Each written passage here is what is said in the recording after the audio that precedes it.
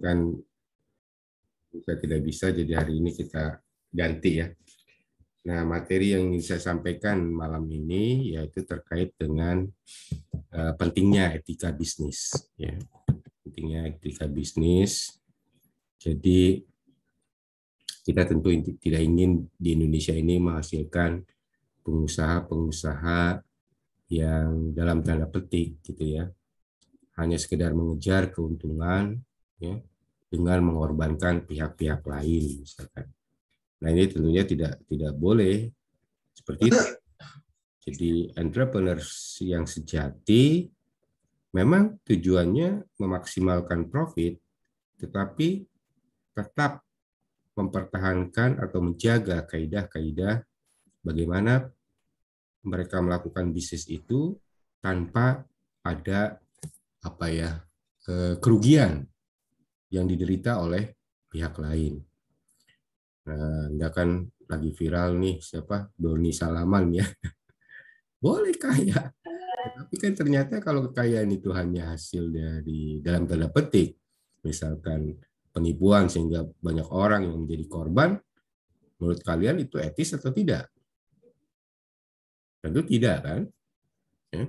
Jadi kita ingin kalian memahami bahwa di dalam melakukan bisnis itu tentunya memperhatikan etika atau kaidah norma yang berlaku sebetulnya baik secara hukum maupun kebiasaan sosial di masyarakat di satu negara. Baik teman-teman, saya coba share materinya.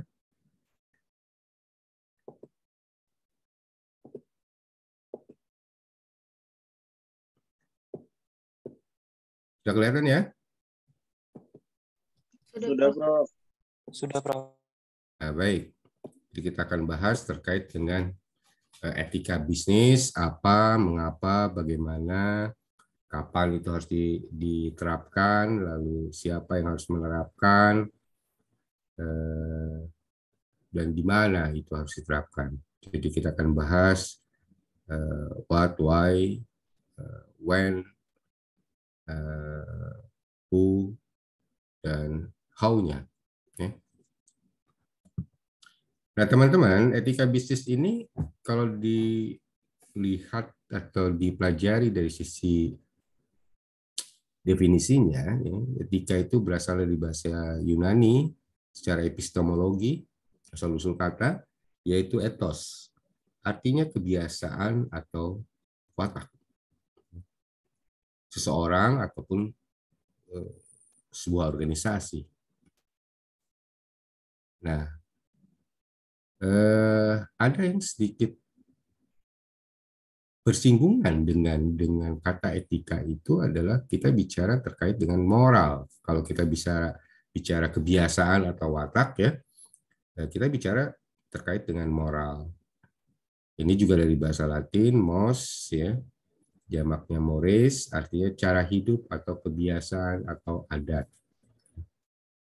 Jadi kita kan kalau moral itu menyangkut sikap perilaku seseorang terhadap lingkungan sekitarnya. Ya. Lalu etika juga terkait dengan persoalan norma. Ya.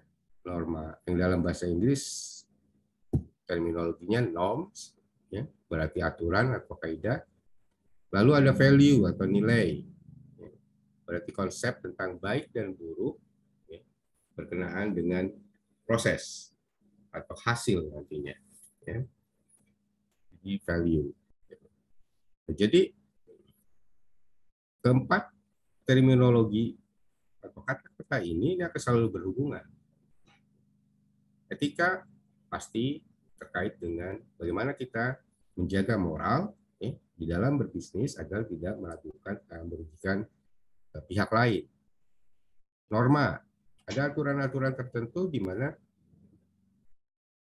sebagai individu, sebagai entrepreneur individu ataupun dalam konteks organisasi, maka kiprah organisasi tersebut atau bisnis operation dari organisasi tersebut tentu tidak melanggar aturan yang berlaku.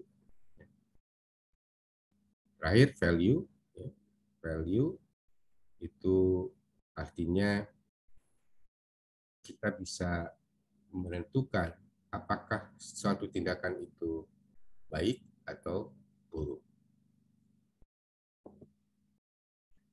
Nah, jadi kalau kita bicara etika dan norma-norma bisnis, etika bisnis adalah suatu kode etik perilaku pengusaha berdasarkan nilai-nilai moral dan norma yang dijadikan tuntutan dalam membuat keputusan bisnis.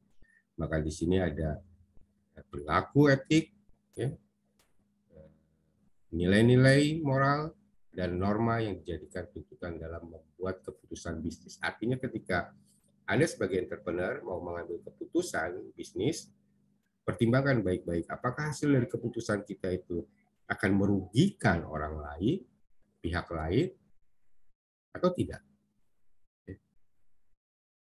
Nah, ini harus menjadi concern ya, kalau kita menjalankan bisnis dan menerapkan etika bisnis ini. Karena etika adalah tadi suatu komitmen untuk melakukan apa yang benar dan menghindari apa yang tidak benar.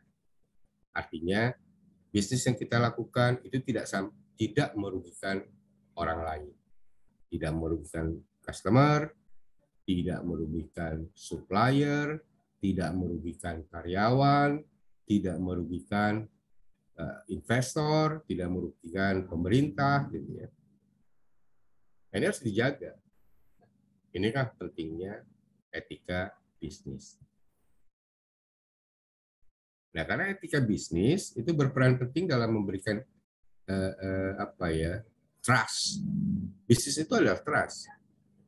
Ketika bisnis kita bagus, maka sebenarnya kita itu sedang diberi kepercayaan oleh customer kita, oleh supplier kita, oleh investor kita.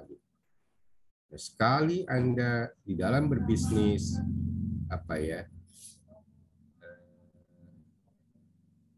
melanggar kepercayaan yang sudah diberikan oleh customer atau supplier atau investor atau mitra kerja kita, maka jangan harap orang akan mau berbisnis lagi dengan Anda. Jadi please, kalau kita mau doing business in the long run, artinya sustainable, berkelanjutan di masa yang akan datang, jaga kepercayaan itu. Dengan cara bagaimana? Dengan cara menerapkan etika bisnis tadi.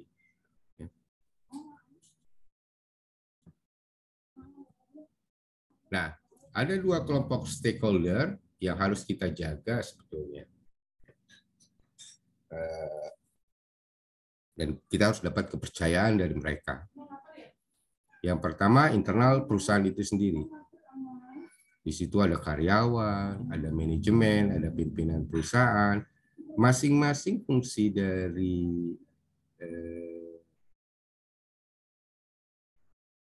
pihak internal ini tentunya kita jaga kepercayaan terhadap mereka. Karyawan tentunya berharap perusahaan memberikan jaminan kesejahteraan untuk mereka. Karena apa? Karena mereka sudah mengeluarkan tenaga, pikiran untuk membantu perusahaan di dalam mencapai tujuannya. Nah, sekarang pertanyaannya, apa yang diberikan perusahaan kepada karyawan? Tentu kita tidak semena-mena kalau kita mentang-mentang pemilik perusahaan, lalu kemudian memperlakukan karyawan seenaknya saja, gitu ya, diperas saja tenaganya tanpa ada kesejahteraan yang diberikan secara seimbang kepada mereka. Ini tidak adil, tidak fair, gitu ya. Artinya melanggar etika bisnis tadi. Manajemen juga begitu. Manajemen punya kepentingan bahwa perusahaan atau organisasi itu harus dikelola dengan baik sehingga bisa mendapatkan kepercayaan dari pihak-pihak eksternal. Pimpinan perusahaan, selain dia bertanggung jawab kepada karyawan, dia bertanggung jawab kepada manajemennya, Dia juga harus bertanggung jawab kepada investor, kepada pemerintah. Nah, jadi masing-masing komponen ini tetap artinya harus bisa mengedepankan atau menerapkan etika bisnis. Nah, kelompok di luar perusahaan ada mitra usaha, supplier, government, bank, investor, masyarakat yang dilayani, customer kita, gitu ya. Nah, ini semua dua kelompok ini berkepentingan terhadap etika bisnis. Meskipun tentu ekspektasi dan harapan dari masing-masing pihak ini berbeda-beda satu dengan yang lainnya. Ya. Nah, selain etika dan perilaku yang tak kalah penting dalam bisnis adalah norma etika berupa patuh terhadap peraturan hukum yang berlaku, ya,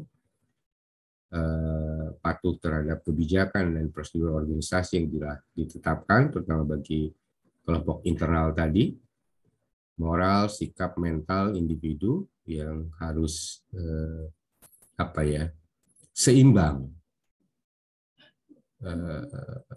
antara kepentingan dirinya dengan kepentingan organisasi. Ketika kepentingan ini tidak bertemu dengan baik, maka yang sering kali kita dengar dari berita-berita misalkan mogok buruh massal, gitu kan, atau produsen berhenti beroperasi. Ya. Kejadian ini kan tentunya pasti salah satu pihak ada yang dirugikan sehingga mereka bertindak, gitu ya, bertindak yang pada akhirnya sebetulnya sama-sama tidak ada yang untung. Ya. Buruh misalkan kalau dia demo terus setiap hari, artinya produksi jadi berhenti. Padahal buruh juga harus punya hak mendapatkan gaji. Bagaimana bisa perusahaan memberikan gaji kalau mereka demo terus dan mogok kerja misalnya. Ya. Nah, prinsip etika dan perilaku tidak hanya di dalam bisnis sebetulnya. Ini berlaku untuk umum.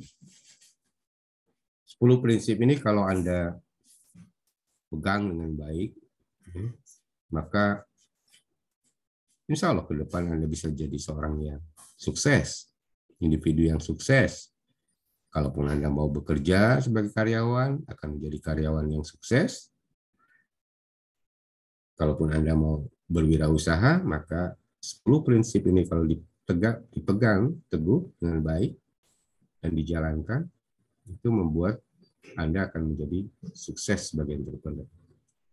Yang pertama, kejujuran. Ya. Siapapun kita pasti berharap orang lain itu jujur terhadap kita. Karena ini value yang penting. Sama halnya di dalam bisnis. Maka kejujuran itu menjadi penting.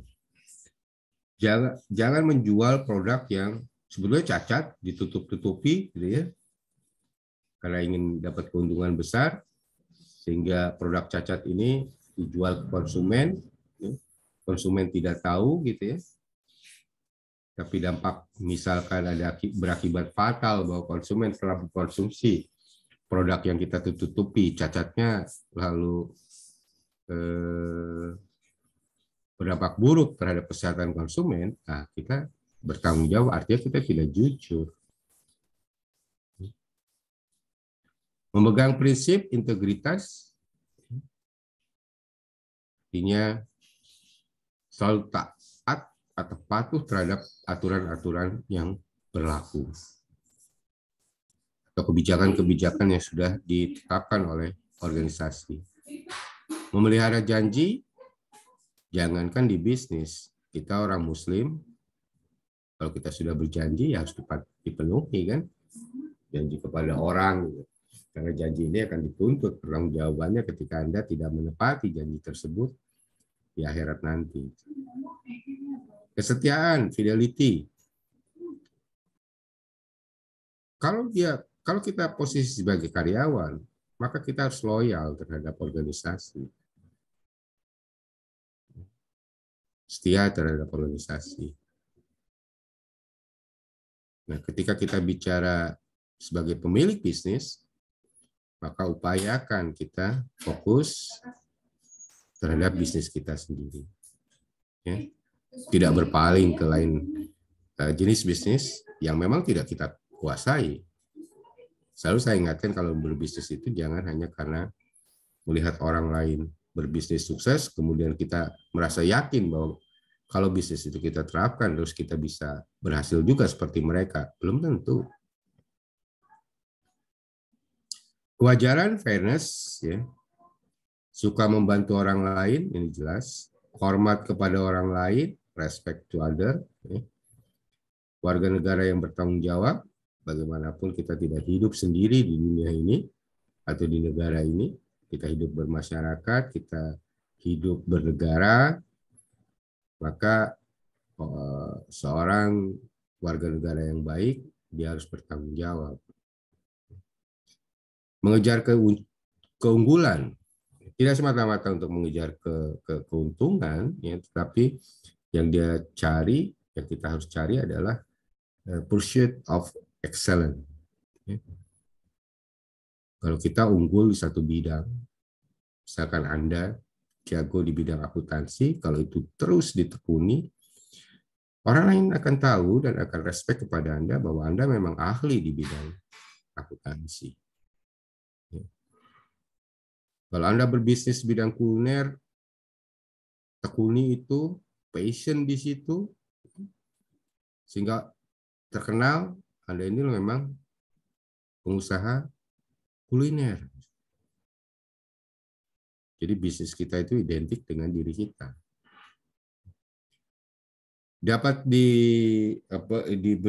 dipertanggungjawabkan, accountability, artinya apa-apa yang kita lakukan, apa-apa yang kita produksi, ya, baik barang maupun jasa dalam bisnis kita, ini kita bisa kedepankan prinsip akuntabilitas ini.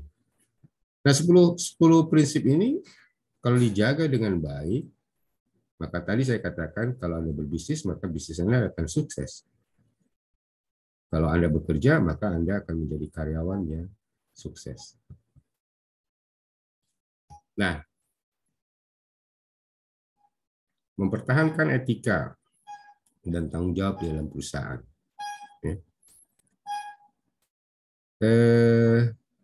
Prinsip-prinsip untuk menjaga etika ini atau mempertahankan standar etika ini yang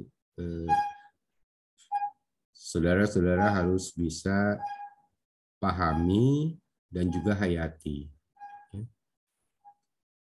Menciptakan kepercayaan perusahaan baik terhadap karyawan, manajemen, maupun kepada pihak eksternal yang dilayani oleh atau yang berkepentingan terhadap perusahaan kita.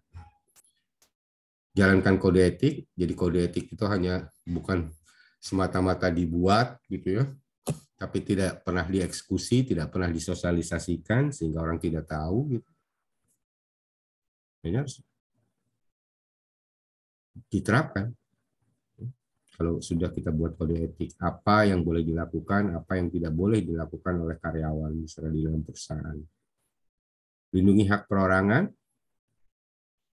Nah, kadang-kadang etika juga perlu diajarkan. Kita merasa diri kita yakin memegang prinsip 10 standar etika yang slide sebelumnya. Tapi sebenarnya seringkali lupa atau bahkan mengabaikan kita ketika kita berperilaku sehari-hari. Nah, adakan pelatihan, ya. Ini penting perusahaan, jangan hanya sekedar bisa buat kode etik, memaksa karyawan untuk menerapkan kode etik tersebut, tetapi karyawan sendiri tidak pernah dilatih bagaimana mengedepankan standar-standar etika.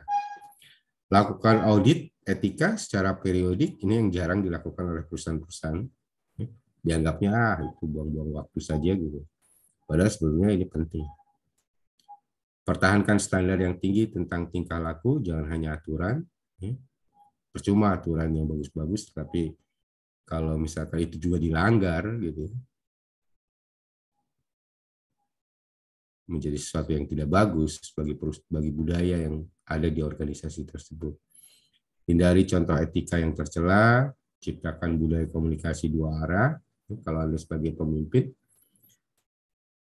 jangan hanya bisa memerintah, gitu, tetapi tidak bisa memberikan jalan kepada bawahan Anda. Seorang pemimpin yang baik adalah dia mampu membuat karyawannya itu bisa menyelesaikan persoalannya dengan baik, gitu ya, dan melalui bimbingan seorang pemimpin tadi. Nah, pernahkah, kan tentu Anda pernah dengar apa yang disebut di dalam bisnis itu ada corporate social responsibility, tanggung jawab sosial dari perusahaan, ya. Karena perusahaan selama ini mengambil keuntungan dari masyarakat, maka sudah seharusnya sebagian dari keuntungan itu dikembalikan lagi untuk peningkatan kualitas hidup masyarakat. Nah, tanggung jawab perusahaan ini sering dikenal dengan corporate social responsibility atau CSR. Nah, bentuk CSR itu bisa macam-macam. Karena perusahaan harus tanggung jawab terhadap lingkungan. Sekiranya dia mengambil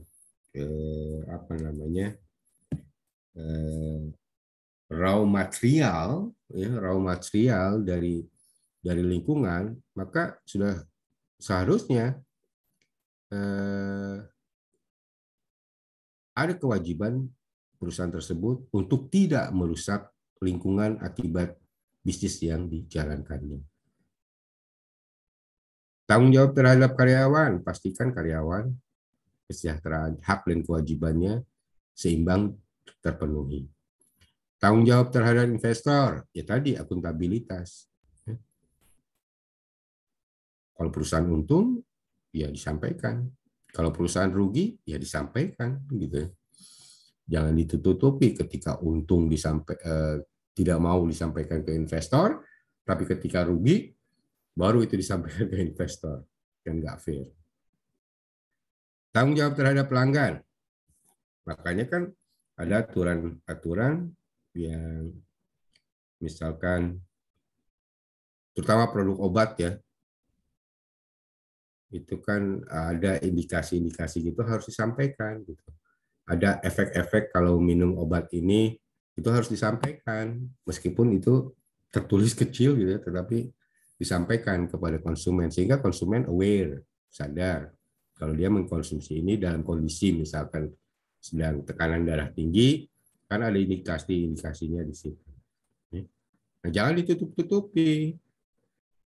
Itu berbahaya apalagi kalau bisnis kita di bisnis farmasi. Tanggung jawab terhadap masyarakat.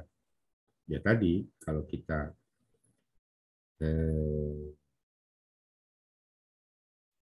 menyadari bahwa keuntungan yang kita dapatkan itu akibat masyarakat membeli produk kita, tentunya alangkah bijak kalau perusahaan tersebut menyisihkan sebagian dari keuntungannya itu untuk dikembalikan kepada masyarakat. Ya bentuknya macam-macam, bisa memberikan beasiswa kepada anak-anak pintar yang kurang mampu, bisa juga membangun fasilitas umum, ya, atau fasilitas untuk kesehatan masyarakat, ya, dari hasil atau sebagian dari keuntungannya itu. Nah ini semua disebut corporate social responsibility. Saya pikir itu teman-teman, kalau kita bicara etika bisnis itu bisa panjang lebar, bahkan ini bisa dianggap satu mata kuliah sendiri, mata kuliah etika bisnis gitu. Tapi karena pertemuan kita kan terbatas gitu, jadi hanya kita ambil saja hal yang sifatnya mendasar tentang pentingnya etika bisnis ketika kita membangun atau menjalankan usaha. Tapi bukan berarti etika bisnis hanya diperlukan kalau Anda mau buka atau menjalankan usaha, tetapi ketika Anda juga posisi Anda sebagai karyawan, maka harus paham juga terkait dengan etika bisnis ini. Nah, saya pikir itu teman-teman yang bisa saya sampaikan terkait dengan etika bisnis. Kira-kira ada pertanyaan?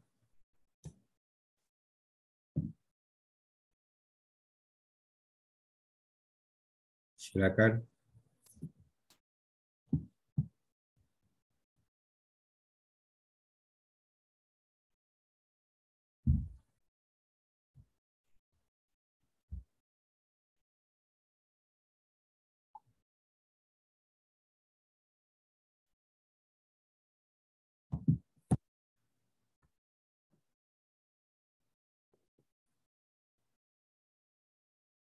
Tidak ada ya. Faisal, paham ya etika bisnis? Jadi kalaupun Anda sebagai auditor, ya, auditor kan ada kode etiknya auditor ya, apa yang boleh dilakukan dan apa yang tidak boleh dilakukan. Jadi ketika Anda mau menjadi seorang auditor yang profesional, ya etika itu wajib dijunjung tinggi. Oke? Lukman, ada pertanyaan? Mungkin saya mau nanya, Prof. Menurut Prof. Dedi, apakah etika bisnis ini perlu diatur undang-undangnya gitu, Prof? Sehingga jadi mungkin perusahaan itu kalau mereka pengusaha-pengusaha itu kalau mereka mau menjalankan bisnisnya tuh memiliki apa ya? Ada acuan gitu, acuan tertulis gitu loh. Bagaimana mereka menjalankan bisnisnya sesuai dengan kaidah-kaidah etika. Gimana, Prof ya? Ya, sebetulnya kalau bicara undang-undang etika bisnis tersendiri itu saya belum pernah baca ya, belum pernah ada gitu. Tetapi ada undang-undang perusahaan. Tentang perusahaan, di dalamnya itu menyangkut kewajiban misalkan mereka menjalankan tata kelola perusahaan yang baik. Ya. Good corporate governance. Di situ ada prinsip-prinsip yang harus ditegakkan ketika perusahaan itu beroperasi di wilayah Indonesia. Itu ada. Ya. Nah, artinya semestinya perusahaan-perusahaan yang ada di Indonesia ini, siapapun dia, besar kecil, harus patuh terhadap aturan yang tata kelola perusahaan yang baik tadi. Salah satunya adalah untuk menjaga etika bisnis ini tetap dikedepankan, gitu ya, dijunjung tinggi. Kacau kalau dunia ini atau Indonesia ini sekiranya semua perusahaan yang ada tidak menerapkan etika bisnis. Ya. Semua mengejar keuntungannya semaksimal mungkin, nggak peduli konsumen dirugikan, nggak peduli lingkungan rusak. Nah, kan kita tidak ingin punya pengusaha-pengusaha seperti itu. Maka pemerintah sebenarnya sudah mengatur kalau ada di undang-undang perusahaan itu kewajiban-kewajiban untuk melaksanakan tata kelola perusahaan yang baik, good corporate governance. Biasanya orang akuntansi nanti dia juga akan diminta, akuntansi itu kan tidak hanya sekedar mengaudit finance kan, tetapi mengaudit juga tata kelolanya. Ya, Anda harus belajar. Ya. Apakah perusahaan ini yang Anda audit itu telah menerapkan tata kelola perusahaan dengan baik sesuai dengan prinsip-prinsip good corporate governance atau tidak. Jadi auditor itu bidang cakupannya luas, bukan semata-mata hanya persoalan mengaudit laporan keuangan gitu. Tapi kalau karena biasanya begini, kalau kita sebagai pemegang saham gitu ya, kita berharap perusahaan itu menyampaikan keterbukaan informasi kepada kita para pemegang saham. Termasuk bagaimana mereka menerapkan prinsip-prinsip tata kelola organisasi yang baik. Itu yang diharapkan oleh para pemegang saham. Dan itu harus dilaporkan kalau dia itu perusahaan publik ya yang terdaftar di Bursa Efek, dia harus menyampaikan laporan itu setiap tahunnya di dalam laporan tahunan kinerja perusahaan tersebut untuk kepentingan pemerintah, untuk kepentingan supplier, untuk kepentingan customer, untuk kepentingan para pemegang pemilik saham ya, pemilik saham. Oke, terima kasih pertanyaannya Lukman. Yang lain ada?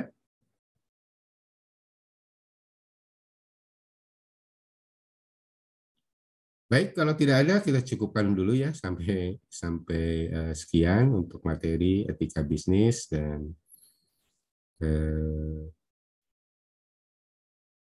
nggak pas juga waktunya malam gitu. Saya tadinya aduh ini badan nggak enak sekali gitu, tapi karena tanggung jawab sudah janji sama Akilah untuk ngasih materi malam ini ya jadi paksakan, tapi tidak terpaksa gitu karena memang itu kewajiban.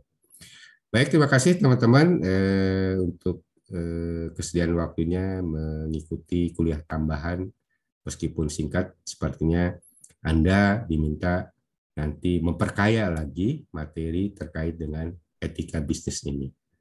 Ya.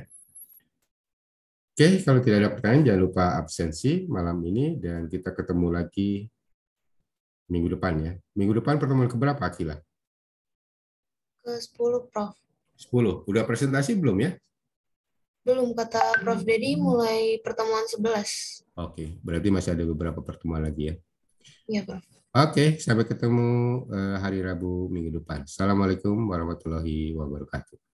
Waalaikumsalam warahmatullahi wabarakatuh. Waalaikumsalam warahmatullahi wabarakatuh. Terima kasih, Prof. Terima kasih, Prof.